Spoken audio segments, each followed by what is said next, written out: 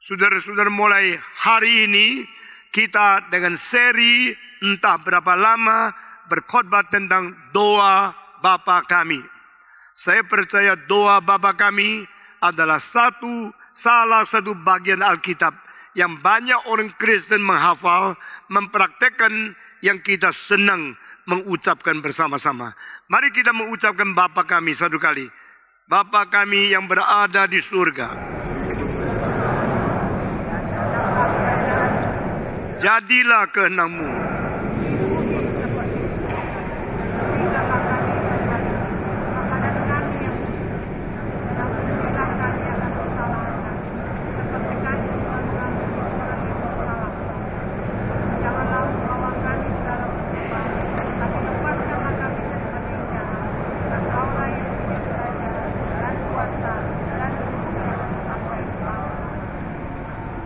Bapa kami di surga. Ini ayat kalimat pertama yang akan kita bicarakan pada pagi ini. Saudara-saudara, manusia dicipta menurut peta teladan Allah. Dan ada sesuatu status, ada suatu kondisi yang tidak ada pada makhluk yang lain. Yaitu kami dicipta dengan sifat relatif dengan Sang Pencipta di hadapan kita. Itu sebab tidak semacam binatang yang bisa berdoa. Tidak semacam binatang yang bisa memuji Tuhan. Tidak semacam binatang yang boleh berbakti kepada Tuhan. Karena mereka tidak punya roh dan tidak mengenal kebenaran. Binatang-binatang hanya mempunyai instinctive understanding and instinctive need untuk supply kebutuhan badan mereka. Manusia bukan demikian. Manusia yang dicipta menurut peta teladan Allah, selain kita memerlukan barang-barang materi yang dicipta di malam semesta untuk mengisi kebutuhan tubuh kita yang berjiwa, yang bersifat materi, kita masih mempunyai aspek yang lain yang tidak ada pada binatang-binatang yang lain. Saudara-saudara, Allah mencipta manusia menurut peta teladan Allah. Allah itu roh adanya, maka manusia bersifat rohani. Allah itu ada kasih adanya. Maka manusia diberikan kemungkinan berkomunikasi dan relatif di tengah-tengah Allah yang mencipta dan manusia yang dicipta ini adalah satu relasi yang tidak bisa diganti oleh hal-hal apapun selain kita kembali kepada Tuhan. Saudara-saudara, namun kita melihat manusia yang dicipta oleh Allah, semua yang mengetahui secara sadar, secara tidak terlalu jelas, secara sesuatu subconscious, kita perlu doa. Saudara-saudara, tidak ada bangsa, suku, di daerah, di pelosok, di benua, dimanapun yang tidak pernah mempunyai agama. Tidak ada semacam suku, semacam tempat yang paling pelosok ditemukan adalah manusia yang tidak berfungsi beragama. Namun demikian, apa yang jadikan agama di tempat yang berbeda, benua yang berbeda, tanah yang berbeda, suku yang berbeda, semua berlainan. Sehingga agama-agama dari seluruh umat manusia mempunyai keadaan hakiki yang sama, tapi ekspresi yang sama sekali lain. Di Kalimantan saya melihat satu rumah atas satu tangga meninggi lebih daripada tingginya atap tangga menuju ke surga. Lalu saya lihat lagi, tidak lama kemudian ada rumah di pedalaman juga ada tangga meninggi ke atas. Lalu saya tanya orang yang bawa saya ke situ, kenapa di sini semua rumah ada satu tangga bambu yang menuju ke surga? Dia menjawab, itulah cara orang di sini mengutarakan bahwa mereka percaya kepada Tuhan. Mereka ingin bisa mencapai Tuhan. Itu hanya satu kali saya lewat tempat itu. Sesudah itu sampai sekarang tidak pernah pergi tempat itu lagi. Tapi itu membuat satu kesan yang dalam sekali di dalam hati saya. Man need God. Manusia memerlukan Tuhan Allah. Saudara-saudara, adakah manusia yang tidak perlu Allah? Adakah manusia yang betul-betul sungguh ateis? Adakah manusia yang merasa dirinya cukup, hidup di dunia tidak perlu ada hubungan dengan yang supernatural? Baik, Thomas Huxley, baik Herbert Spencer, dua orang yang menerima akan evolusionisme, dua orang yang paling penting menyebarkan evolusi dari Darwin ke seluruh dunia, khususnya di dalam dunia bahasa Inggris. Mereka mengakukan tidak pernah ditemukan ada yang disebut manusia yang tidak bersifat agama. Sifat agama merupakan satu yang merata, berada di seluruh umat manusia, di seluruh benua, di seluruh tempat, dan di dalam segala bangsa. Sampai abad ke-20 tetap sama. Dr. Profesor Kurt Koch yang mengunjungi di saat tahun 62. Dia mengatakan, kelihatan dunia ini makin modern, makin tidak perlu Tuhan. Kelihatan dunia ini makin modern, makin melemparkan agama ke belakang. Tetapi itu hanya gejala saja. Sebenarnya kalau kita mau jujur, di Jerman, negara yang paling maju, kanseler-kanselernya, menteri-menterinya, pada waktu menghadapi kesulitan, peristiwa yang sulit di dalam internasional, mereka yang tidak ke gereja, diam-diam ke desa cari dukun. Saudara-saudara sekalian, ini membuktikan manusia tidak mungkin lepas daripada insting dan sesuai daya dasar perlu agama. Manusia tidak mungkin hidup tidak beragama. Dan di dalam agama, salah satu pengutaraan yaitu berdoa. Tidak ada agama yang tidak berdoa. Tidak ada manusia yang tidak beragama. Maka manusia semua perlu doa. Apakah artinya doa? Pada waktu kita berdoa, kita sadar kita membutuhkan dari pihak yang lain. Kita sadar kita sendiri tidak cukup. Itulah berarti manusia di dalam keterbatasan berusaha menghubung dengan yang tidak terbatas itu. Siapakah yang tidak terbatas? Di manusia ini adakah orang yang tidak terbatas? Tidak ada. Semua manusia terbatas. Kita dibatas oleh waktu. Kapan lahir, kapan mati. Waktu lahir, kita mulai bernapas. Pada waktu mati, kita berhenti bernapas. Waktu kita lahir dan waktu kita mati, ini pun sudah menjadi sesuatu yang ditetapkan oleh Tuhan. Dari mana ke mana kita menjelajah, waktu ya tempatnya juga ditetapkan oleh Tuhan. Di dalam Alkitab Kisah Para Rasul pasal 17, Allah menciptakan segala bangsa dari satu sumber. Allah menciptakan segala bangsa dari satu arus, satu pokok, yaitu melalui Adam dan Hawa, memberikan keturunan kepada segala bangsa, melanda seluruh dunia. Dan saudara-saudara, sama seperti tadi saya katakan, Thomas Henry Huxley sama Sir Herbert Spencer, mereka juga mengakui meskipun begitu beda warna, beda suku, beda bangsa, tetapi kita harus setuju kalau manusia semua diturunkan daripada hanya satu pasang suami istri. Saudara-saudara, hal-hal yang umum seperti ini bukan hanya diterima oleh orang Kristen atau orang Reform saja, diterima oleh orang agnostiksis seperti Herbert Spencer dan Thomas Henry Huxley. Mereka mengaku semua manusia turun dari satu pasang suami istri. Mereka boleh tidak setuju catatan di Alkitab, tetapi mereka tidak bisa melarikan diri daripada apa yang menjadi fakta yang kita harus menerima. Saudara-saudara, namun setelah berubah, setelah membiak menjadi banyak, darah berbeda, tipe darah berbeda, warna berbeda, warna kulit berbeda, cara kebudayaan berbeda, tapi akarnya, dasar prinsipnya semua sama. Kita adalah manusia. Manusia boleh menikah sama manusia, tapi manusia tidak bisa menikah sama binatang. Manusia paling hitam boleh bersetubuh dengan manusia paling putih. Manusia yang paling tinggi boleh mencintai dan menikahi manusia yang paling pendek. Dan mereka semua boleh mendapatkan anak karena keturunan manusia daripada satu pasang suami istri. Yaitu apa yang dicatat di Alkitab, Adam dan Hawa menjadi nenek moyang seluruh umat manusia. Nah, manusia mendapatkan sesuatu instinktif, sesuatu perasaan yang insting. Kita perlu datang kepada yang tidak terbatas. Kita perlu datang kepada yang tidak kelihatan, tetapi dia ada. Nah, ini adalah satu hal yang sangat ironis.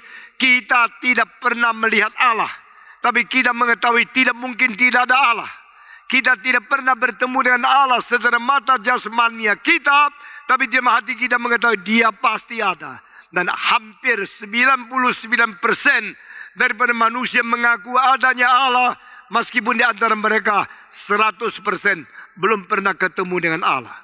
Tetapi manusia dicipta menurut peta dan teladan Allah adalah satu-satunya makhluk yang berusaha mendekati Allah. Mendekati Allah dengan apa? Dengan doa.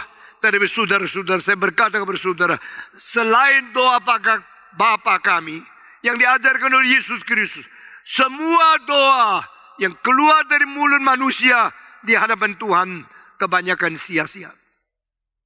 Karena doa-doa yang keluar dari mulut manusia adalah berdasarkan keinginan, ambisi, ketamakan, egoisme dari manusia. Sehingga doa mereka juga mempunyai warna dosa mereka. Jikalau doa mewarnai dosa mereka, maka orang yang berdosa berdoa, doanya penuh juga aspek dosa yang mengikat kita masing-masing. Itu sebab Yesus Kristus harus mengajar kepada orang Kristen bagaimana berdoa. Bukankah doa satu hal yang natur, satu naluri yang begitu instinktif? Kenapa perlu diajarkan? Bukankah semua agama berdoa? Bukankah semua suku berdoa? Bukankah semua tempat di paling daerah pelosok mereka semua berdoa? Kalau doa itu sudah menjadi umum, beribu-ribu tahun tidak pernah luput, tidak pernah tiada di dalam umat manusia. Sebagai salah satu aspek batinnya yang paling penting, mengapa masih perlu diajar oleh Yesus Kristus? Pada waktu Matius pasal 6, Yesus berkata kepada mereka, engkau berdoa, katakanlah seperti ini. Yesus inisiatif memberikan pengajaran bagaimana berdoa kepada orang Kristen. Tetapi di Lukas dikatakan murid berkata kepada dia, bagaimanakah kami boleh beriman? Tambahkanlah iman kepada kami. Apa yang harus kami berdoa di hadapan Tuhan? Dengan demikian Allah rela memberikan pengajaran bagaimana berdoa melalui Yesus Kristus. Dan Allah juga menggerakkan orang yang ikut Yesus Kristus mau berusaha mengetahui bagaimana caranya berdoa. Apakah saudara kira engkau sudah bisa berdoa? Apakah saudara kira doamu sudah benar? Doa yang benar dari orang yang benar, khasiatnya besar. Demikian Alkitab. Doa orang berdosa yang berdoa untuk menjadikan segala anugerah Tuhan diperalat untuk menjadi alat untuk berdosa. Tuhan tidak mendengar. Kalau saya memberikan satu kerja rumah di dalam kerja untuk engkau cari di dalam Alkitab, doa macam apa yang Tuhan tidak dengar, engkau akan menyelidiki, engkau menemukan ayatnya, engkau akan kaget sekali. Banyak doa yang tidak diterima oleh Tuhan. Tetapi umumnya manusia berdoa, mereka tidak tahu doa apa yang diterima oleh Tuhan, doa apa yang tidak diperkenan oleh Tuhan. Mereka selalu menghibur diri, saya sudah doa, saya sudah mengutarakan kebutuhanku di hadapan Allah, silakan Tuhan mendengar doa aku. Saudara-saudara, kalau yang semua engkau minta, semua dikabulkan. Yang engkau inginkan, semua diberikan. Saya harus berkata, dia bukan Allahmu, dia menjadi jongosmu. Saya minta ini, saya minta itu. Lalu jongos, oke, saya ambilkan, saya layani. Tuhan bukan jongos, Tuhan bukan pembantu, Tuhan adalah Allah. Itu sebab barang siapa datang kepada Allah harus datang dengan iman. Barang siapa dengan iman harus bersandarkan kebenaran. Iman datang daripada karena mendengarkan firman. Nah, melalui firman yang Tuhan wahyukan, kita mengetahui bagaimana mempunyai iman yang sejati. Melalui iman yang sejati, baru kita mengetahui bagaimana mengutarakan permintaan kita kepada Tuhan. saudara-saudara sekalian, Alkitab di Roma pasal 10 mengatakan, jikalau tidak beriman, bagaimana bisa minta?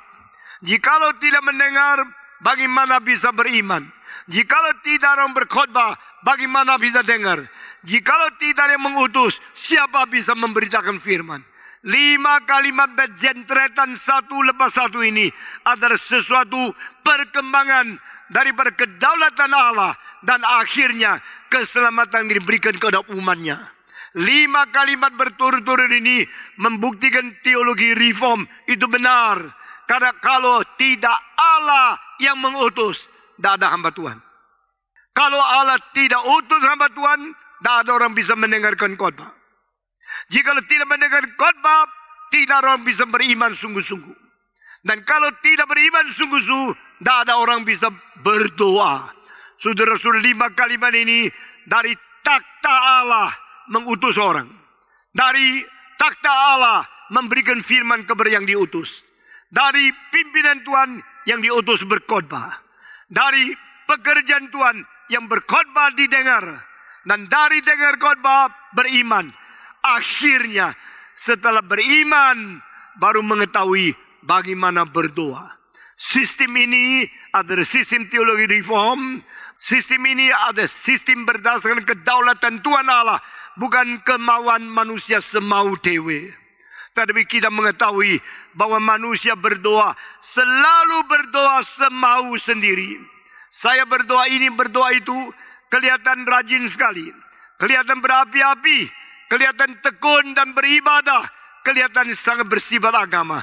Tetapi akarnya bukan dari kedaulatan Allah, bukan karena firman Allah, bukan karena iman kepada firman Allah, dan bukan berdasar iman berdoa kepada Tuhan.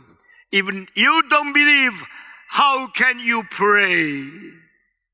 If you don't listen, how can you believe? If nobody preach to you, how can you listen? If God doesn't send the people, how can you listen to the word of God? Kita bersyukur kepada Tuhan. Begitu jelas Alkitab mempakarkan sesuatu urutan berkesinambungan yang menghubungkan satu dengan lain. Akibatnya terakhir baru doa. Tapi sekarang saya kira agama-agama tidak mengajar dan pendiri-pendiri agama tidak ngerti. Yang mengajar agama sendiri tidak pernah belajar baik-baik dari firman Tuhan. Pokoknya percaya, pokoknya berdoa. Lalu percaya berdasarkan apa? Berdasarkan self-confidence dan self-ambition. Begitu banyak orang berkata, saya percaya kepada Tuhan. Percaya berdasarkan ambisi sendiri. Percaya berdasarkan sesuatu egoisme sendiri. Lalu berdoa berdasarkan apa? Berdoa dengan keadaan merasakan kebodohan untuk mengisi egoisme sendiri. Saya percaya di dunia semua orang berdoa, tapi di surga yang diterima tidak banyak. Yang berdoa banyak, doa yang diterima tidak banyak. Karena doa pun harus sesuai dengan isi hati Tuhan. Paulus berkata, bukankah engkau bisa berdoa? Roh yang berada di hatimu, yang mengerti isi hati Tuhan, mengajar engkau bagaimana berdoa. Dari 30 tahun yang lalu saya ingin sekali berkhotbah tentang teologi berdoa. Tetapi sampai sekarang belum terwujud seri itu. Dan di dalam doa Bapa kami, saya berusaha memberikan penjelasan prinsip penting sekali. Meskipun di setiap tempat khotbah yang tema sama, isinya bisa berbeda. Tapi semua ini adalah satu variasi daripada kelebihan atau kekayaan firman Tuhan untuk kita mengerti. Saudara-saudara, alangkah cilakanya kalau kita sudah berdoa ratusan jam, tapi satu kalimat pun Tuhan tidak mau terima. Alangkah cilakanya kalau kita berdoa saban hari, tapi tidak ada satu kalimat sesuai dengan kehendak Tuhan. Itu sebab mengembalikan bagaimana berdoa, mengetahui bagaimana doa yang benar, mempunyai doa yang memperkenan kepada Tuhan, itu menjadi satu hal yang merubah situasi rohani kita masing-masing. Itu sebab kalau kita minta Tuhan, tolong bangunkan gerejamu, maka hal yang pertama adalah bangunkan pengertian berdoa yang sungguh-sungguh. Saudara-saudara, kalau ada orang berdoa begitu giat, begitu rajin, begitu tekun, dan begitu beribadah, oh, suaranya banyak sekali. Engkau coba taruh telinga mendengar. Mungkin engkau menemukan orang itu bukan berdoa. Orang itu telah mengutarakan berapa tamak. Kasih saya kekayaan, kasih kelancaran, kasih saya kesehatan. Yang diminta semuanya untuk dia sendiri. Yang dia minta adalah untuk membereskan, memperbaiki, memperkaya dia. Dan doa semacam demikian, apakah itu doa yang diajarkan oleh Yesus Kristus? Tidak. Jikalau tidak, kita harus berhenti doa yang tidak beres, belajar doa yang benar. Tapi doa yang benar itu bagaimana? Itulah sebab saya memilih doa Bapa kami untuk menjadi pengajaran kepada kita masing-masing, sehingga kita mengkoreksi hidup berdoa di hadapan Tuhan. Saudara-saudara sekalian, mengapakah banyak orang berdoa itu kita anggap itu doa salah? Karena doanya adalah doa antroposentris. Istilah antropo yaitu bahasa Yunani manusia. Antroposentris berarti doa memusatkan diri sendiri. Doa keluar daripada dasar manusia sendiri. Bukan berdoa sesuai kehendak Tuhan Allah. Kalau engkau sudah membandingkan ini semua, engkau akan lebih menghargai doa Yesus Kristus di dalam Yohanes pasal 17. Di situ adalah God-centered prayer, making intercession according to the will of God and pray for His people. Yesus berperan di dalam perantara satu-satunya di tengah-tengah Allah dan manusia, dan dia berdoa menurut kehendak Allah untuk memberikan pengisian kepada orang-orang yang dia selamatkan. Saudara-saudara, di dalam doa orang-orang kafir selalu yang diutamakan adalah si aku, kebutuhanku, perkembangan usahaku, kekayaanku, rumah tanggaku, kesejahteraanku. Itu yang tidak habis-habis diucapkan. Meskipun kelihatan rajin sekali, kelihatan setia sekali, kelihatan beribadah sekali, tapi doa-doa seperti ini tidak bernilai tinggi di hadapan Tuhan. Saudara-saudara sekalian, Yesus Kristus mengajar kita berdoa karena dia adalah contoh terbaik di tengah-tengah Allah dan manusia. Dia menjadi teladan 100%. Dia menjadi mutlak sesuatu kakak yang membawa kita adik-adik, anak-anak Allah beserta dengan dia mendapatkan perkenanan dari Tuhan Allah. Saudara-saudara, mengapa manusia berdoa? Paling gampang jawab, karena membutuhkan sesuatu. Mengapa membutuhkan sesuatu? Datang kepada Allah bukan kepada manusia, karena dia mengetahui Allah tidak terbatas. Jadi pada waktu kita berlutut, kita berdoa, kita saat yang sama mengakui kita orang terbatas. Dan kita bukan datang kepada manusia karena manusia terbatas. Yang terbatas minta daripada yang terbatas. Itu tidak bisa menyelesaikan persoalan, kebutuhan dan masalah-masalah yang ada pada kita.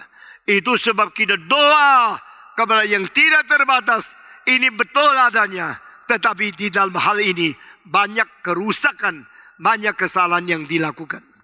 Seorang nenek berkata kepada cucunya, kamu baik-baik, sekolah baik-baik, taat papa mama, selalu hidup teratur. Nanti nenek akan beli sepeda untuk kamu pada waktu malam tahun baru. Hore! Anak itu senang. Saya mau baik-baik jadi anak yang pintar. Nanti akhir tahun saya dapat sepeda. Dia terus ingin, kerja baik-baik, terus ingin. Pikirkan sepeda, masih 8 bulan, 7 bulan, 6 bulan, 5 bulan, 3 bulan, 2 bulan, sisa 1 bulan. Wah, 30 hari itu panjang sekali. Dia sama hari tunggu hari sepeda datang, sampai hari terakhir belum ada sepeda. Lalu dia ajak adiknya, mari kita doa yuk, kita berdoa. Mereka lutut berdoa. Di mana? Di tempat pinggirnya, tempat tidurnya neneknya. Lalu dia mulai berdoa di situ. Lalu adiknya doa, Tuhan terima kasih sudah 1 tahun selesai saya lebih besar anugerah-Mu. Terima kasih. Amin. Yang kakak berdoa, Tuhan, nenek bilang, dia janji saya hari ini kasih sepeda, tapi belum ada Tuhan. Dia teriak-teriak. Adanya herannya lu, disenggol. Tuhan tak tuli. Tak usah teriak-teriak. Kakaknya jawab, Tuhan tak tuli, nenek tuli. Saya mesti teriak keras supaya bukan Tuhan dengar, nenek dengar. Saudara-saudara, doa kita kepada siapa sih? Doa kita kepada manusia atau doa kita kepada Tuhan Allah? Kalau doa kita kepada Tuhan Allah, apakah yang kau pikir tentang Allah? Apakah engkau Allah tidak dengar? Allah tidak tahu. Tetapi doamu kalau tidak beres, meskipun Allah sudah tahu, Allah sudah siapkan, tetap tidak berikan kepada engkau. Harus koreksi doamu yang benar. Maka dia Matius berkata, carilah terlebih dahulu apa? Kerajaan Allah dan kebenaran Allah. Maka yang kau perlu akan ditambahkan kepadamu, bukan diberikan kepadamu. Diberikan yaitu yang saya perlu, ditambahkan lebih daripada apa yang saya perlu. If you seek first the kingdom and the righteousness of God, all you need will be added on you. Saudara sekalian, kita berdoa apa? Kalau kita berdoa cara kita, lalu Tuhan mengatakan doanya tidak beres, meskipun sudah disiapkan bagi engkau, juga tidak diberikan kepadamu. Jikalau doamu beres, sesuai kehendak Tuhan, menurut maksud, menurut tujuan yang ditetapkan oleh Tuhan, meskipun doaku kurang, tapi hatimu benar, doamu benar, yang kau perlukan akan ditambahkan kepadamu. Saudara-saudara, biar kita perhatikan mulai hari ini, saya ajak engkau baca Alkitab. Semua ayat-ayat mengenai doa diteliti, diperhatikan, lalu dicari apa kalimat paling penting, lalu koreksi sendiri. Saya sudah doa seperti ini atau tidak? Meskipun kita orang Kristen, kita sama dengan semua agama yang lain, kita berdoa, mereka berdoa. Kita minta, mereka minta. Kita lutut, mereka lutut. Kita tutup mata, mereka tutup mata. Kita lipat tangan, mereka lipat tangan. Kita berkata-kata kepada Allah, mereka berkata kepada dewa. Tapi saya berkata kepada saudara, ada pedoman untuk orang Kristen. Ada prinsip untuk anak-anak Tuhan. Ada lingkaran yang sudah Tuhan bikin supaya kita berada di dalamnya. Kalau kita sudah sesuai dengan rencana, dengan prinsip yang ditetapkan oleh Tuhan, tak mungkin doa kita menjadi sia-sia. Surah Yakobus mengatakan doa orang yang benar besar khasiatnya. Saya sangat terpengaruh oleh ayat itu. Maka saya berkata, yang penting bukan saya bagaimana berdoa, tetapi bagaimana jadikan saya orang benar. Make me a righteous man, so my prayer will be very useful. By prayer you satisfy your heart. By prayer will glorify your name. Bukan saya minta apa, dikasihkan supaya saya puas, tapi saya doa bagaimana untuk memuaskan hati Tuhan. Benarkan dirimu, benarkan doamu, maka Allahmu di surga mengetahui segala butuhmu, dan dia tidak akan membiarkan engkau di dalam kesulitan dan sebagainya. Saudara-saudara, perbaikilah motivasimu, perbaikilah hidupmu, perbaikilah imanmu, perbaikilah segala tingkah lakumu di hadapan Tuhan, perbaikilah pengertian tentang konsep doa di hadapan Tuhan, dan Tuhan tidak akan meninggalkan kita. Saudara-saudara, saya sangat kesal ada pendeta-pendeta yang mengajar doa yang tidak beres, mengakibatkan banyak orang-orang Kristen berputar-putar seperti orang Israel di padang belantara 40 tahun dan tidak pernah mendapatkan sasaran yang benar. Ada pendeta-pendeta yang mengajar doa lalu merusak iman orang Kristen, meracuni rohani orang Kristen sampai makin berdoa makin jauh dari Tuhan. Saudara-saudara, jikalau kita berdoa, akhirnya doa kita diterima oleh Tuhan, alangkah kasihannya. Alangkah kasihannya karena doa kita tidak sesuai dengan kehendak Tuhan.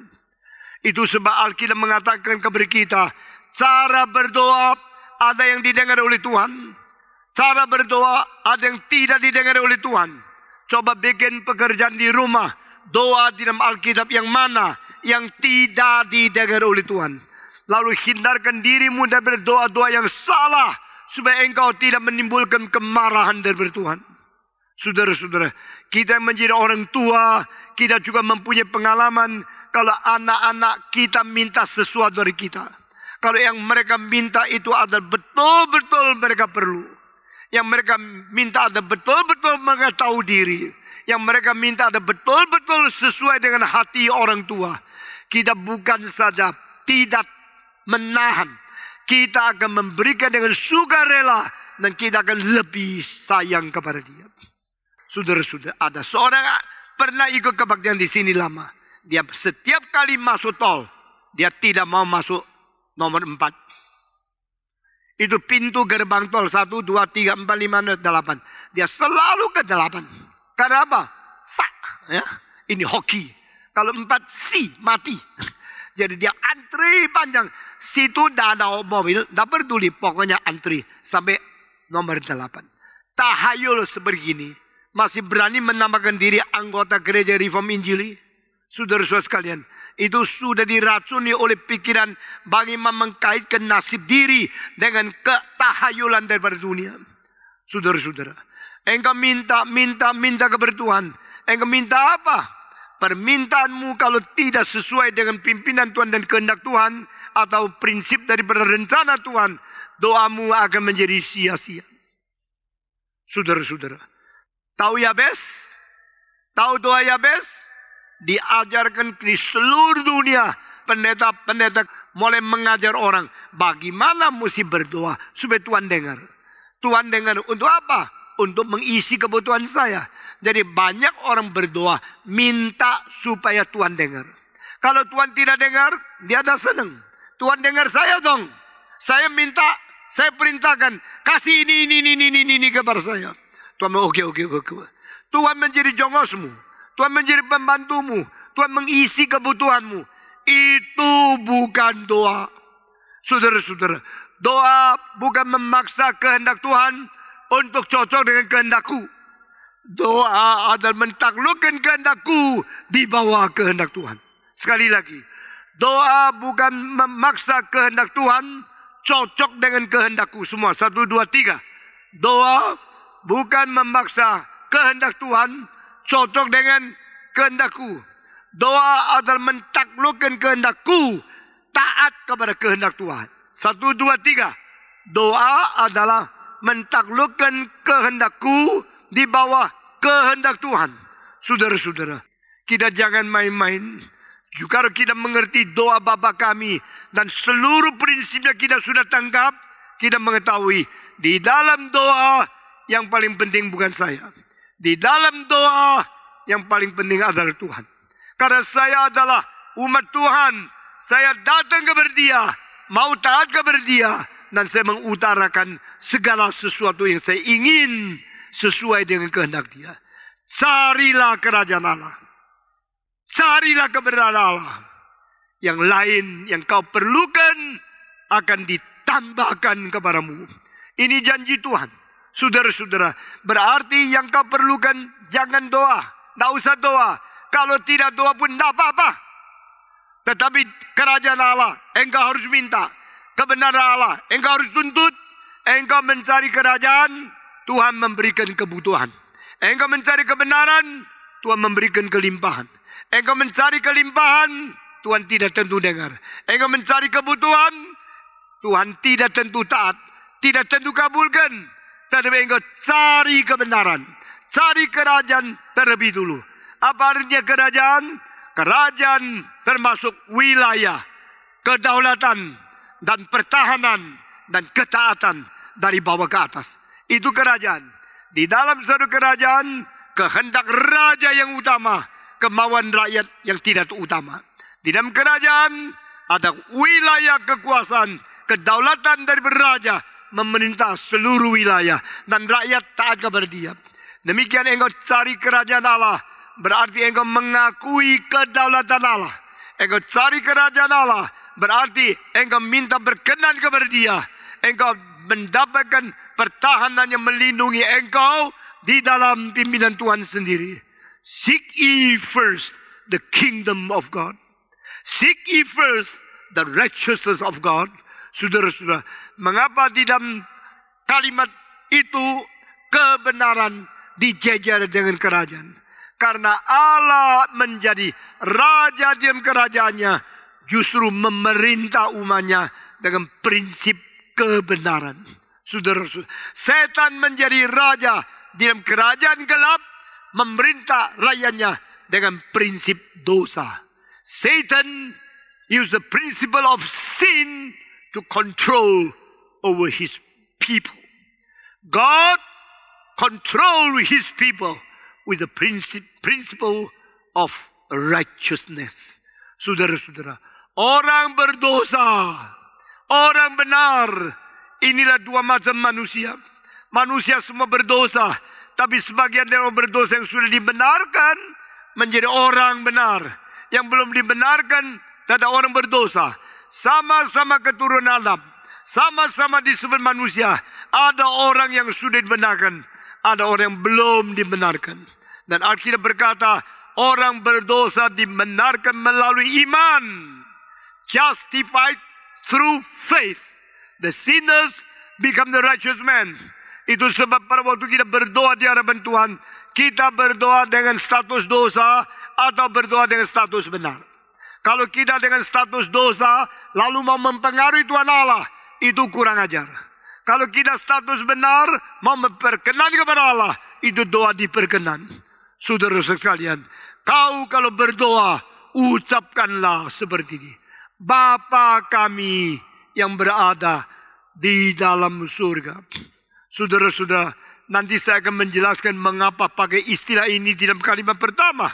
Tapi saya berkata, semua manusia tahu apa itu doa, tapi semua tidak tahu doa yang benar bagaimana. Semua manusia bisa doa, tapi mereka tidak tahu doa yang mana yang diperkenan oleh Allah. Kapankah manusia mulai doa? Di dalam kepicikan, di dalam penyakitan, di dalam kesulitan, di dalam kemiskinan, di dalam kecelakaan. Otomatis manusia berdoa. Banyak orang waktu lancar tidak mau berdoa. Waktu sukses dia pernah Tuhan, tidak perlu Tuhan. Waktu dia sehat walafiat tidak pernah mau berdoa. Sampai sudah kanker, doa. Sampai cilaka, doa. Sampai bangkrut, doa. Pada waktu dia harus dihukum mati, dia mulai berdoa. Mengapa Tuhan hanya mendengar doa pada waktu engkau dalam kepicikan? Mengapa Tuhan tidak mendengar suara daripada seruan hatimu kepada Dia? Hormati Dia pada saat engkau diberi kelancaran. Kita suka memperalat Allah. Kita selalu menghina Tuhan. Kita selalu mau memperalat pakai Allah untuk menjadi tujuan kita menuju kepada kemakmuran, kesuksesan dari dunia. Saudara-saudara, di dalam berdoa kita begitu jahat. Di dalam berdoa kita begitu kurang ajar kepada Tuhan. Kita memperalat Allah melayani kita untuk mencapai tujuan egoisme kita yang ambisinya luar biasa. Aku mentaklukkan akan materi, lalu dengan semua ini aku datang menyembah Tuhan. Atau aku mentaklukkan Allah, suruh Allah bikin saya mendapat materi kepada lebih banyak. Kelihatan doa, tapi motivasinya lain. Doa yang sesungguhnya adalah taat kepada Tuhan, lalu memakai segala sesuatu yang diberikan oleh Dia untuk kembalikan Dia, untuk digunakan memuliakan nama Tuhan. Ini doa yang benar. Doa yang salah adalah memperalat Allah, memakai Dia, mengeksploitasi Tuhan supaya Dia memberikan banyak uang untuk saya, supaya saya boleh mewah-mewah, boleh hambur-hambur, saya boleh berzina dan bernafsu birahi yang tidak beres. Saudara-saudara, jangan menghina Tuhan. Jangan memperalat Tuhan. Jangan menghujat Tuhan di dalam doamu. Saudara-saudara, manusia berdoa karena manusia sadar keterbatasan. Manusia doa, manusia sadar kebutuhan. Manusia doa khususnya pada saat terpelosok, pada saat terpinggir, pada saat dia terpencil, pada saat terjepit, di dalam kepicikan baru kita berdoa. Saudara-saudara, di dalam doa Yabes tidak ada salah. Tuhan, perluaskanlah tendaku, berkatilah aku, tambahlah tanahku, beri aku lebih subur, lebih kaya. Lalu Tuhan mendengar dan mengkabulkan doa itu. Nah, ini contohnya. Saya boleh belajar doa dari Yabes. Saya tanya pertanyaan, mengapa pendeta-pendeta mengajar anggotanya berdoa dari doa Yabes? Kenapa tidak mengajar anggota doa Bapa kami? Saya tanya, doa Bapa kami yang diajarkan oleh Yesus dan doa dari Yabes di perjanjian lama, mana doa yang lebih penting? Jawab. Doa Yesus lebih penting atau doa Yabes lebih penting? Pasti doa Yesus lebih penting. Ini adalah doa yang mewakili Tuhan Allah, kirim dia menjadi satu-satunya pengantara, sekaligus menjadi wakil manusia, bawa kita kembali kepada Tuhan dengan doa yang beres.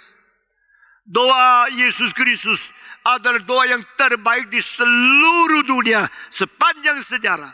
Doa Yesus Kristus adalah doa standar yang kita mengetahui bagaimana menjadi manusia di hadapan Allah yang tidak terbatas dan di tengah-tengah dunia yang terbatas.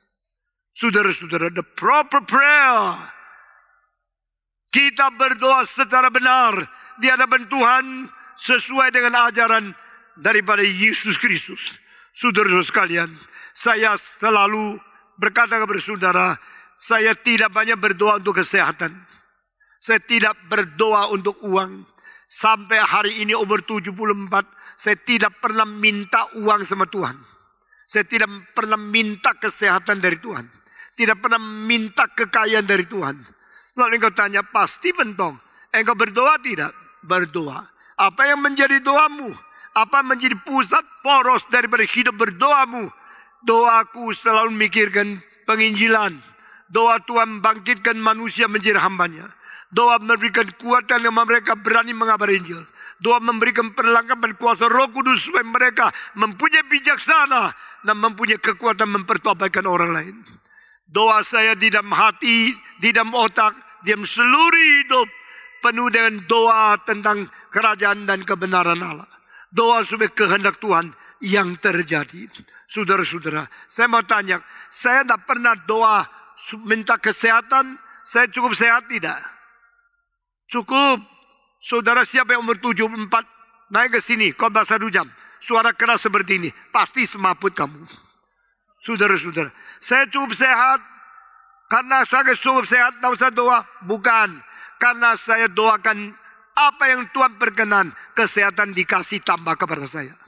Saya percaya setelah jantung operasi, sisa-sisanya ini hidup adalah bonus.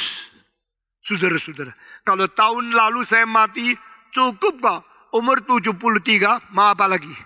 Lumayan kan? Bisa umur 73 kan? Sekarang 74, besok 75, 76. Setiap tahun itu bonus, bonus, bonus, bonus. Bersyukur kepada Tuhan. Ditambahkan apa yang kau perlu. Berkhotbah keras suara begini dengan begitu panjang, itu memerlukan napas yang cukup panjang, memerlukan stamina yang cukup besar, memikirkan pikiran yang cukup rumit, dan memerlukan tenaga rohani yang cukup banyak. Tapi saudara-saudara, saya tidak pernah rasa saya tidak diberkati oleh Tuhan. Saya tidak pernah rasa saya perlu minta-minta dari sumber yang lain. Karena my God is my God. Almighty God, eternal God, unlimited God, full of grace and mercy. Dia penuh dengan kemurahan. Dia penuh dengan anugerah. Di hadapan Allahku yang maha kuasa, yang penuh anugerah, saya jalankan kehendaknya. Saya minta kerajaan dan kebenarannya. Yang sisa dia akan berikan kepada saya. Amin. Saudara-saudara, pada waktu engkau berdoa, engkau bicara sama seorang di depanmu, namanya engkau. Pada waktu engkau berdoa, engkau bicara dengan Tuhan, Tuhan, engkau. Saya masih ingat mama saya, waktu saya umur 6, umur 7, dia setiap hari doa di jendela, seperti Daniel, lutut di situ. Lalu jam 5 sudah bangun, berdoa baca kitab suci 1 jam. Mengutarakan kebutuhan anak. Mama saya punya 8 anak. Satu persatu disebut di nama di hadapan Tuhan. Doakan Caleb tong, berdoakan untuk Peter tong, berdoa untuk John tong, berdoa untuk Tony tong, berdoa untuk Stephen tong, berdoa untuk Joseph tong. Dia bicara sama Tuhan, intimnya luar biasa. My Father, my God, my Lord. Dia sebut Allah, sebut bicara sama pacarnya.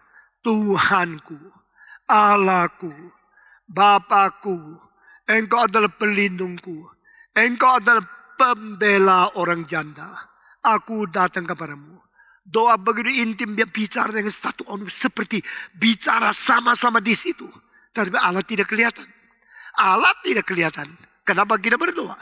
Kenapa kita berdoa kepada yang tidak kelihatan? Justru yang kelihatan itu terbatas. Yang tidak kelihatan itu tidak terbatas. Dan kita berdoa datang kepada yang tidak terbatas. Itu baru namanya doa. Saudara-saudara. Eternal thou. Engkau yang kekal. Menjadi objek saya berdoa kepadamu. Engkau yang kekal. Menjadi tujuan saya mengutarakan kebutuhanku kepadamu. Saudara-saudara sekalian. Di dalam abad ke-20 permulaan. Ada seorang profesor dari Hebrew University di Tel Aviv. Nah saudara-saudara, Hebrew University mempunyai otak-otak yang paling pintar. Dan orang Yahudi menjadi salah satu bangsa yang paling banyak mendapatkan Nobel Prize secara bandingan dengan jumlah bangsa mereka yang begitu sedikit yang dapat Nobel Prize paling besar. Dan di situ ada seorang profesor namanya Martin Buber. Dia menulis satu buku tidak sampai 100 halaman. Dan buku itu telah menjadi salah satu sumber inspirasi paling besar kepada semua teologi terkemuka. Dan juga kepada semua filosof terkemuka. Termasuk Karl Barth, Brunner, Gergarten, dan lain-lain di dalam filsafat. Seperti Martin Heidegger, seperti Sartre, dan sebagainya. Di dalam buku itu dia menemukan sesuatu tingkatan berbeda. Orang yang belum mengenal Tuhan menjadikan Tuhan itu dia atau itu. God, what is God? It. God is an it. Tapi pada waktu dia menyelidiki lebih lagi, dia merubah it menjadi God is a him. I talk to you. I know him. Him is my God. Tetapi pada tingkat sampai terakhir, Tuhan bukan it, Tuhan bukan him, Tuhan menjadi thou, I, thou relationship. Saudara-saudara, saya ambil umpama, kalau engkau sudah jatuh cinta sama seorang gadis, cantik sekali, lalu engkau pikir terus, siang bayang-bayang di sini, malam di mimpi muncul lagi, begitu bangun langsung pikir dia. Kalau bisa dapat foto, kalau bisa curi-curi foto. Sesudah itu terus image taruh. Engkau lihat terus, siang malam pikir akan dia. Tapi siang malam pikir akan dia. Itu siapa? Dia. Foto dia. Ada gambaran dia. Itu masih dia. Tidak ada hubungan sama kamu. Lalu engkau bicara sama temanmu. Aku mencintai seorang dia. Dan kamu tanya, dia itu siapa? Dia itu dia. Yang di kelas baris kedua. Yang rambutnya panjang. Dia. Engkau bicara. Engkau suka bicara tentang dia bukan? Kalau engkau sudah jatuh cinta sama dia. Tapi pelan-pelan. Engkau beranikan diri. Jangan terus bicara tentang dia. Bicara langsung sama dia. Lalu engkau coba datang kepada dia. Waktu datang kepada dia. Dia bilang, ada apa? Baru bilang ada apa, engkau sudah gemeter. Engkau bilang, ada apa-apa. Ya sudah, ada apa-apa. Lalu dia pergi. Wah, bukan ada apa-apa, ada apa-apa. Kau bilang ada apa-apa, salah gua. Kedua kali tanya sama dia. Saya mau bicara apa? Bicara, kalau enggak usah lah, dia pergi lagi. Kali ketiga, saya mau bicara sesuatu yang sangat privat. Oh, saya enggak ada waktu. Untuk privat enggak waktu. Kalau urusan negeri boleh bicara. Nah, dia pergi lagi. Akhirnya engkau makin mempunyai niat kepada dia, makin baisengki, makin sungkan sama dia. Sampai satu hari kalau gini kuat, tak laku lah. Sampai berani sedikit. Saya mau bicara serius sama kamu. Bicara apa? Saya tidak bisa keluar lagi ya. Saya apa dong? Ngomong dong. Saya cinta kamu. Untuk engkau bicara ini. Berarti saya kamu mulai bentuk ya. I and thou. Tadinya dia. Sekarang aku kamu. Saya cinta kamu. Dijawab rupamu. Lihat do kaca sendiri loh. Mau cinta saya. Nak. Dia pergi. Wah engkau jengkel sekali mati. Akhirnya dia patah hati patah, hati patah. Sudah 3 tahun tak pacaran. 3 tahun tak mau ketemu perempuan lagi. Nanti kalau diginiin lagi saya jadi apa rupamu. Akhirnya engkau turunkan derajat. Cinta yang tak begitu cantik lah. Yang lebih rendah sedikit. Lalu dapat satu lumayan juga. Bagus sih bagus. Tapi dia mengiurkan seperti yang dulu itu. Lalu dia datang sama dia. Saya mau bicara sama kamu. Kalau perempuannya makin jelek, engkau makin berani kan? Oh, ini ketawa karena pengalaman ya. Kalau makin cantik, engkau makin minder kan? Dia bicara sama dia, saya mau bicara sama kamu. Bicara apa? Sebenarnya ya, saya mesti terus terang. Ya terus terang, terang-terangan dong. Ya, saya senang sama kamu. Saya juga. Wah, senang sekali berarti ya. Baru ngomong selalu kalimat, saya senang kamu. Dia bilang, saya juga. Wah kalau ini kira-kira bisa ini. Dipikir-pikir lagi. Tapi ya sifatnya tak bagus. Terus lupakan itu. Cari yang lain lagi. Sampai satu hari menemukan seorang dia yang betul-betul komunikatif sama engkau. Engkau bilang, saya cinta kamu. Dan dia menjawab, saya juga cinta kamu. Kalau begini, nanti makan di Sate Senayan boleh? Jam berapa? Jam 6. Wah, engkau jam 5 sudah di situ. Tunggu. Dia jam 7 baru sampai. Engkau, waduh lama sekali dia. Wah, tunggu setengah mati. Tak apa-apa lah, pokoknya sampai. Duduk, terus melihat. Pada waktu 4 mata kontak, api di dalam melum. Aku cinta kamu. Aku ingin hidup bersama dengan kamu. Aku ingin menikahi kamu. Sudah dia bilang, oke. Jadi, engkau sekarang mau cerita sama orang lain tentang dia lagi tidak? Dia. Tidak usah, langsung kamu aja. Mengapa tuh dia? Itu namanya start with the relationship I and thou. Sudah akhirnya sudah menikah, senangnya luar biasa. 1 kali lagi, 1 tahun lagi, dia melahirkan anak. Sudah perempuan melahirkan anak. Perempuan bilang, my baby, I and thou. Jadi dia punya satu, aku dan kamu, itu bukan suami, anak. Nah, suami mulai rasa kehilangan setelah istri dapat anak. Tak lagi sweet seperti dulu. Yang dia manis kepada anak. Lalu anak-anak, suami juga begini, istri juga begini. Saya tanya seorang hamba Tuhan, engkau kalau tidak di rumah 3 minggu, engkau pikir siapa? Dulu kalau tidak ada anak, saya pikir nyonya. Sekarang kalau ada anak, pikir anak dulu. Baru pikir nyonya. Jadi daunnya itu berubah. Nah, pelan-pelan, anak-anak sudah besar, semua bilang, I and thou. Anak bilang, no, I have my own thou, not you.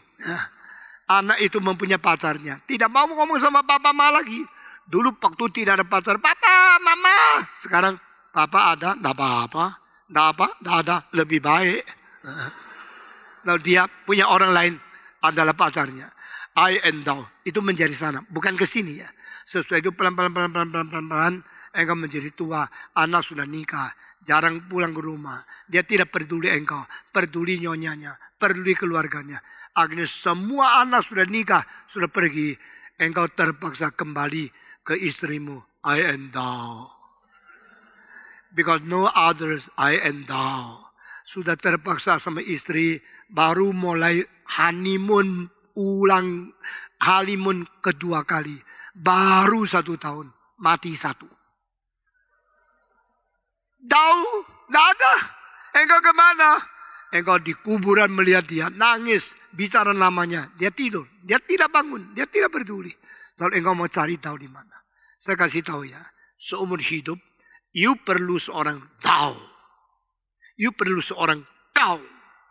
Dan kau itu bukan papamu, bukan mamamu, bukan pacarmu, bukan istrimu, bukan gurumu, bukan muridmu, bukan anakmu. Kau, kapital kau, dengan huruf besar adalah Sang Penciptamu. Amin. Engkau perlu bicara sama Tuhan. Kau Tuhanku. Kau juru selamatku. Meski dunia ini bisa berubah, semua yang paling sayang, paling cinta dengan saya bisa mati. Pada waktu saya tua, saya hanya mempunyai seorang kau. You are my God. Relationship ini menjadi relationship agama yang paling penting. Saudara-saudara, jika engkau bertuhan dan tidak mempunyai hubungan I and thou dengan dia, engkau masih di luar pintu. Jika engkau mempunyai Tuhan, engkau sudah menjalin hubungan aku dengan engkau ya Tuhan secara privat, secara intim, engkau baru mengerti apa artinya menjadi anak Tuhan. Saudara-saudara, setelah thou art mine, I am yours, aku milikmu, kau milikku, engkau, ini engkau tak bisa mati, ini engkau tidak bisa sakit. Ini engkau tidak bisa membuang aku. Ini engkau yang setia, terus, jujur, sampai mati, sampai kelama-lamanya. Tidak membuang saya. Itulah kawan kita yang terbaik. Saudara-saudara, Alkitab mengatakan, Abraham menjadi kawannya Allah. Allah menganggap dia kawan perjanjian lama. Di dalam perjanjian baru, Yesus di dalam Yohanes pasal 15, aku tidak menyebut engkau budak. Aku menyebut engkau sebagai kawanku, my friend. Yesus menganggap semua muridnya friend. Friend itu bersejajar, tidak ada tinggi rendahnya. Yesus begitu rendah hati, rela menganggap kita adalah kawannya, adalah temannya. I and thou. Itu dibentuk di dalam keadaan Kristus Allah menjadi manusia, menjadi kawan kita, seakrabnya dan seimbang dengan kita. Kita bersyukur kepada Tuhan. Lalu bicarakanlah apa kebutuhanmu. Bicarakanlah apa kesulitanmu. Bicarakanlah apa yang engkau perlu mengerti dengan dia secara pribadi. Seperti engkau berpacaran dengan Yesus Kristus. Engkau berdoa kepada dia, bukan berdoa hanya memperalat, tapi berdoa mengutarakan isi hati. Supaya ada komunikasi antara Allah dan manusia di dalam diri Yesus Kristus. Saudara-saudara, semua agama tidak mungkin mencapai ini kecuali kekristenan. Di dalam agama Kristen, kalau engkau sungguh-sungguh mengenal Tuhan, karena dia Tuhan yang inkarnasi. Dia bukan tinggi-tinggi di tempat yang paling tinggi surga, tapi turun lahir di palungan. Dia turun dan menjadi manusia yang berdaging dan berdarah. Dia sama dengan kita dalam segala hal. Dan dia mengerti isi hati kita. Jesus is my friend. Jesus is the most close friend in my life. Jesus loved me. Lalu dengan demikian kita berkata kepada dia. Pada waktu Yesus mengajar doa Bapa kami. Dia setelah mengajar ini, kita melihat dia menjadikan kita sama seperti saudara dia. Dan Yesus berkata, yang ada anak mempunyai bapa. Yang tidak ada anak tidak mempunyai bapa. Yang lihat anak, lihat bapa. Yang tidak lihat anak, tidak melihat bapa. Saudara-saudara sekalian, Yesus Kristus telah membawa kita dekat kepada Tuhan. Begitu rupa sehingga kita boleh menyebut Bapa sebagai Bapa. Saudara-saudara, di dalam hal ini tidak ada agama yang mempunyai keadaan seperti ini. Tidak ada agama yang menyebut Allah itu Bapa. Bapa kami yang berada di dalam surga. Tidak ada agama yang mengajar Allah itu Bapa. Tidak ada agama yang bisa menyebut Allah itu Bapa, kecuali di dalam Yesus Kristus. Kristus berkata, He is my Father and He is also your Father. Aku memberikan sharing. Bapakku menjadi Bapamu. Dia adalah Bapakku. Siapa yang lebih dekat Allah dibanding Yesus Kristus? Tidak pernah. Seorang Jerman namanya Strauss menulis satu buku tentang hidup Yesus. Dan dia mengatakan dia paling dekat dengan Bapa. Dan dia bagikan akan Bapa itu kepada kita. Supaya kita juga menyebut dia Bapa. Strauss bukan seorang Injil konservatif. Strauss bukan orang reform. Dia menemukan Yesus dan dia mengajari Yesus sebagai orang yang paling dekat dengan Allah. Orang yang paling baik moralnya. Dan orang yang sanggup membagi-bagikan hubungan dia dengan Allah sebagai kawan untuk kita. Sehingga kita juga menjadi panggil dia sebagai Bapa. Yesus berkata, He is my Father. He will be also your Father. So you can call Him just I call Him. Just like I call Him my Father. You also call Him Father. Saudara-saudara, hak berapa besar kita boleh berdoa kepada Allah dan menyebut Dia Bapa. Di dalam Roma pasal 8 ayat 15 dikatakan roh anak diberikan kepada kita sehingga kita menyebut Allah Aba Bapa. Kita menyebut Allah adalah Bapa karena roh anak sudah diberikan kepada kita. Saudara sekalian, siapa orang Kristen? Orang Kristen adalah orang yang menerima firman Tuhan, mendapatkan iman dan percaya kepada Yesus Kristus. Siapa orang Kristen? Orang Kristen adalah orang yang melalui pekerjaan Roh Kudus memberikan peranakan kepada dia dan hidup Roh Kudus, hidup Tuhan berada di diri kita. Siapa orang Kristen? Orang Kristen yang melalui Roh Anak berani memanggil Allah sebagai Bapa. My Father, Father in heaven. Saudara-saudara sekalian, apakah Allah di dalam pikiranmu seorang itu? Apakah Allah di dalam pikiranmu hanya dia? Atau Allah di dalam pikiranmu adalah Thou? Thou art my Father. Engkau Bapakku. Bapa kami yang berada di surga. Berapa intim, berapa dekat, berapa mahal, berapa hormat kedudukan ini. I am God's children, God's child. I'm God's son. I'm God's daughter. We are all God's children. Kita adalah anak-anak daripada Allah. Kita saudara-saudara, kita mempunyai seorang kakak yang besar. Kakak sulung, yaitu Yesus Kristus. Yesus anak Allah tanpa dicipta.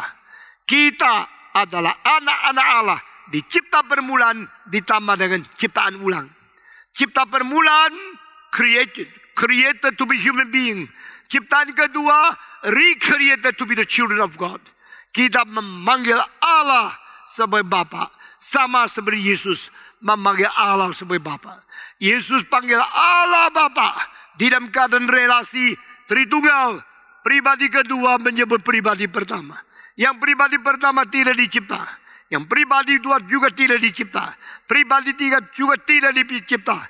Allah Bapa memakai pribadi kedua untuk mencipta segala sesuatu.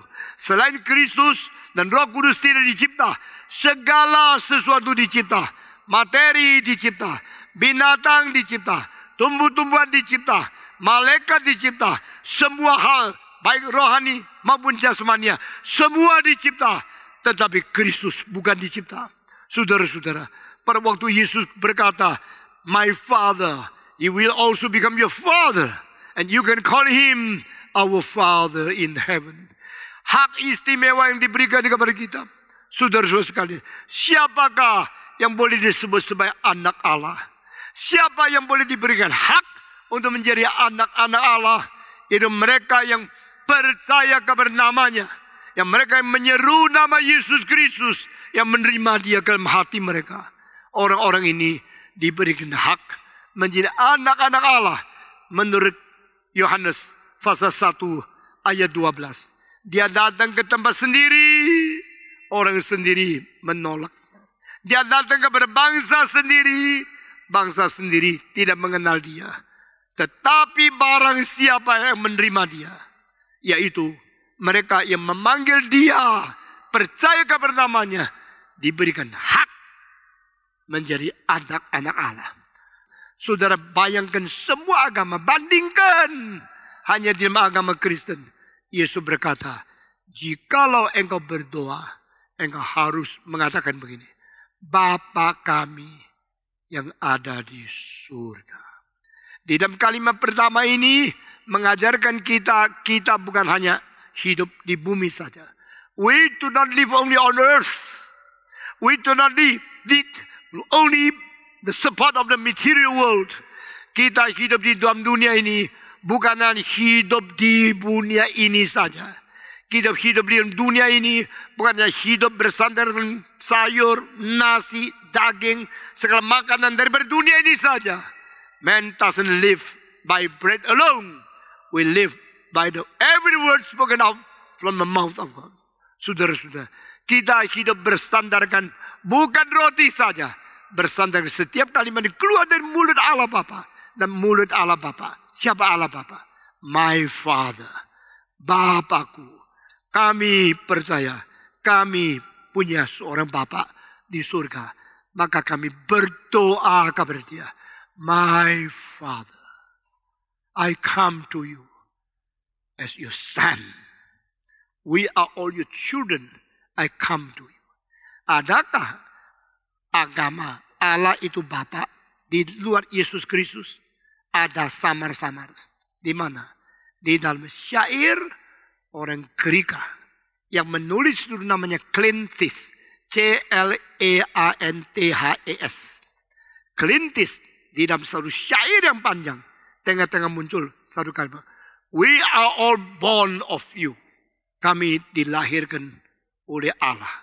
Saudara-saudara. Di dalam Alkitab, selain diperanakan pula, tidak ada orang boleh mengatakan, we are all born of you. Allah tidak melahirkan kita. Saudara-saudara.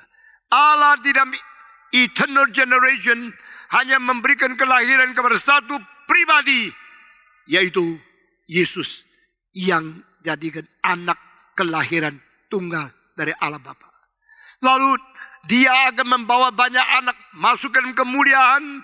Berarti Dia menjadikan kita juga diperanakan pula oleh Roh Kudus. Dan pada waktu itu Dia adalah kelahiran dari Allah Bapa sendiri. Satu saja. Monopoli. Yang lain tidak berbagian. Lalu Dia mengangkat kita semua dilahirkan oleh Roh Kudus. Kita mempunyai status dilahirkan. Setelah kita mendapatkan peranakan Roh Kudus, kita mendapatkan pembaruan dari Tuhan. Tetapi kita tidak sama dengan Yesus. Jesus is the only begotten Son of God. The only generated from God. Kita dilahirkan melalui kuasa Roh Kudus. Allah Bapa tidak dicipta.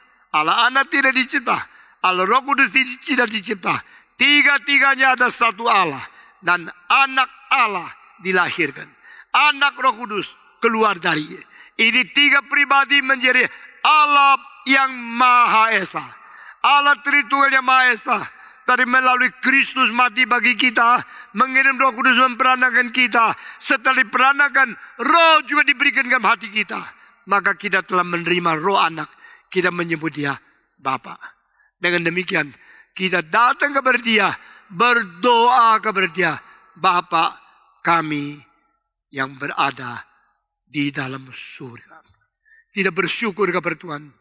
Dengan kalimat inilah sekarang mulai terbuka apa yang harus kita doa di hadapan Tuhan. Saya tidak tahu kapan selesai menguraikan doa Bapa kami. Tapi biar kita mengkoreksi pikiran kita, konsep kita, pengertian kita, kesadaran kita yang kurang jelas dari Alkitab. Untuk dikelopkan sesuai dengan kehendak Tuhan. Bapa kami yang berada di dalam surga. Mari kita berdiri bersama-sama. Kita mengutarakan sekali lagi doa Bapa kami. Semua berkata doa Bapa kami. Bapa kami yang di surga. Dikuduskanlah namamu. Datanglah kerajaan. Jadilah kehendak-Mu. Di bumi seperti di surga. Berikanlah kami pada hari ini makanan yang kami cukup-cukupnya. Dan ampunilah kami akan kesalahan kami. Seperti kami juga mengampuni orang yang bersalah kepada kami. Dan janganlah membawa kami ke dalam pencobaan, tetapi lepaskanlah kami daripada yang jahat. Karena Engkaulah yang mempunyai kerajaan dan kuasa dan kemuliaan sampai selama-lamanya. Amin.